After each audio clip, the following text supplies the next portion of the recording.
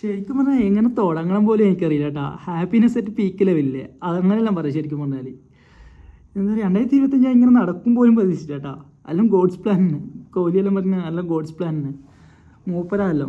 എന്താ പറയുക, അങ്ങനെ 2025 ലൈഫ് കിട്ടുന്ന ഏറ്റവും വലിയ അച്ചീവ്മെൻറ്റിലൊന്നാണ് ഞാൻ ഇത് പ്രതീക്ഷിക്കുന്നത്. നോക്കറ ടിക്കറ്റ് എൻ്റെ കയ്യിലുണ്ട്, QR കാണിക്കില്ല കേട്ടോ. ടാലൻ്റ് അടിച്ചല്ല പേടി ആ പേടി. എൻ്റെ അമ്മോ, 2025 എനിക്ക് കിട്ടാൻ പോകുന്ന ഏറ്റവും വലിയ അച്ചീവ്മെൻറ്റിലൊന്നാണ്. നടക്കുമായിരിക്കും. ബുക്ക് ചെയ്തിട്ടുണ്ട് ടിക്കറ്റെല്ലാം. 13-ാം തീയതി അങ്ങനെ ഹൈദരാബാദ് മെസ്സി അറിയാം. മെസ്സിനെ കാണാൻ പോകുന്നതിലൊരു എന്താ പറയുക ഹാപ്പിനെസ് ഇല്ലേ.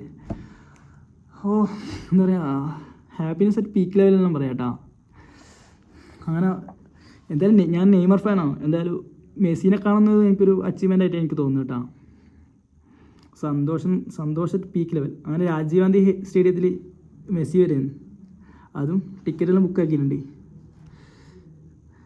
ഈ വരുന്ന 13-ാം തീയതി 7 മണിക്ക്. QR അൺലോക്ക് ചെയ്യുന്ന 1 മണിക്കാണ് 13-ാം തീയതി. അതുകൊണ്ട് കുഴപ്പമില്ല.